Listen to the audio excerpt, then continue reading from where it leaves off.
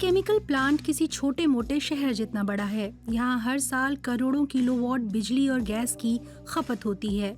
Germany की अर्थव्यवस्था को भारी मात्रा में ऊर्जा की जरूरत है, लेकिन इसकी आपूर्ति कम है और कीमतें अब तक के इतिहास में सबसे ज्यादा हैं। रूस से गैस आपूर्ति बंद होने के बाद से जर्मनी में स्टील मिलों, भारी उद्योगों और मैकेनिकल इंजीनियरिंग क्षेत्र की कंपनियों के हाथ पांव फूले हुए हैं। जर्मनी के उद्योगों में ऊर्जा की भारी खपत होती है।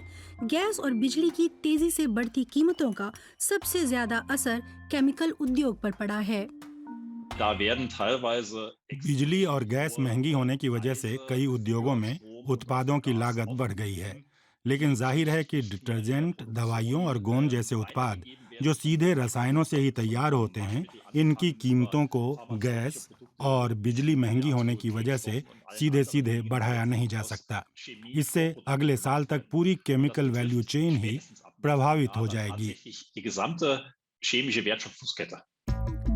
केमिकल कंपनी BASF में करीब आधी गैस रूस से आती थी। 90 के दशक की शुरुआत में BASF ने रूसी सरकार के स्वामित्व वाली कंपनी गाज़प्रोम के साथ मिलकर लुडविग्सहाफेन में अपने मुख्यालय तक एक गैस पाइपलाइन बनाई।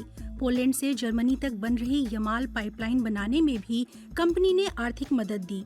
2008 में BASF नॉर्ड स्ट्रीम 1 के निर्माण में भी शामिल हो गई। इसके चलते रूसी गैस सस्ते में जर्मनी तक पहुंच रही थी। हमारी पहली गलती ये है कि रूस के क्रीमिया को खुद में मिलाने के बावजूद हम रूस पर निर्भरता बढ़ाते गए। हमारी दूसरी बड़ी गलती ये है कि हमने अक्षय ऊर्जा की ओर बहुत धीरे कदम बढ़ाए। हमारे पास 10 सालों से इसके लिए तकनीक उपलब्ध है जो कारगर और सस्ती भी है, लेकिन हम धीरे धीरे आगे बढ़े, जिसकी कीमत हमें आज चुकानी पड़ रही है। तो आज जर्मनी में संकट इतना गहरा गया है कि हमारा आर्थिक ढांचा ही खतरे में पड़ गया है। जर्मनी में बिजली बनाने में गैस इस्तेमाल की जाती है। गैस महंगी होने की वजह से जर्मनी में बिजली की कीमत बाकी दुनिया से ज्यादा महंगी हो गई है। यहाँ प्रति किलोवाट घंटे के लिए 32 सेंट चुकाने पड़ रहे हैं, जबकि इसका अंतर्राष्ट्रीय औसत महज 12 सेंट है। ऊर्जा महंगी होने से निर्यात क्षेत्र में कारोबार करने वाली मझौले आकार की कंपनियों को भी दिक्कत हो रही है। अभी तक जर्मनी इन्हीं कंपनियों के बूते बड़ी आर्थिक चुनौतियों से पार पाता आया है और उदारीकरण के दौर में आगे रहा है। सस्ती ऊर्जा के बिना इनके उत्पाद अंतर्राष्ट्रीय बाजार में बहुत महंगे साबित होंगे। तो उपाय क्या है?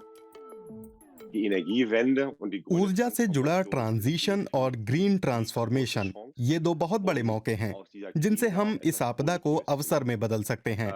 वैकल्पिक ऊर्जा अपनाने के कदम हमें औद्योगिक देश होने के नाते, इंजीनियरों का देश होने के नाते फिर से वैश्विक स्तर पर शीर्ष पर पहुंचा सकते हैं। जर्मनी की कंपनियों को नई रणनीति बनाने, नई टेक्नोलॉजी में निवेश करने, ऊर्जा बचाने, शोध को बढ़ावा देने और विकासोन्मुखी होने की जरूरत है। और सरकार के सामने एनर्जी ग्रिड और इंफ्रास्ट्रक्चर बढ़ाने की चुनौती है।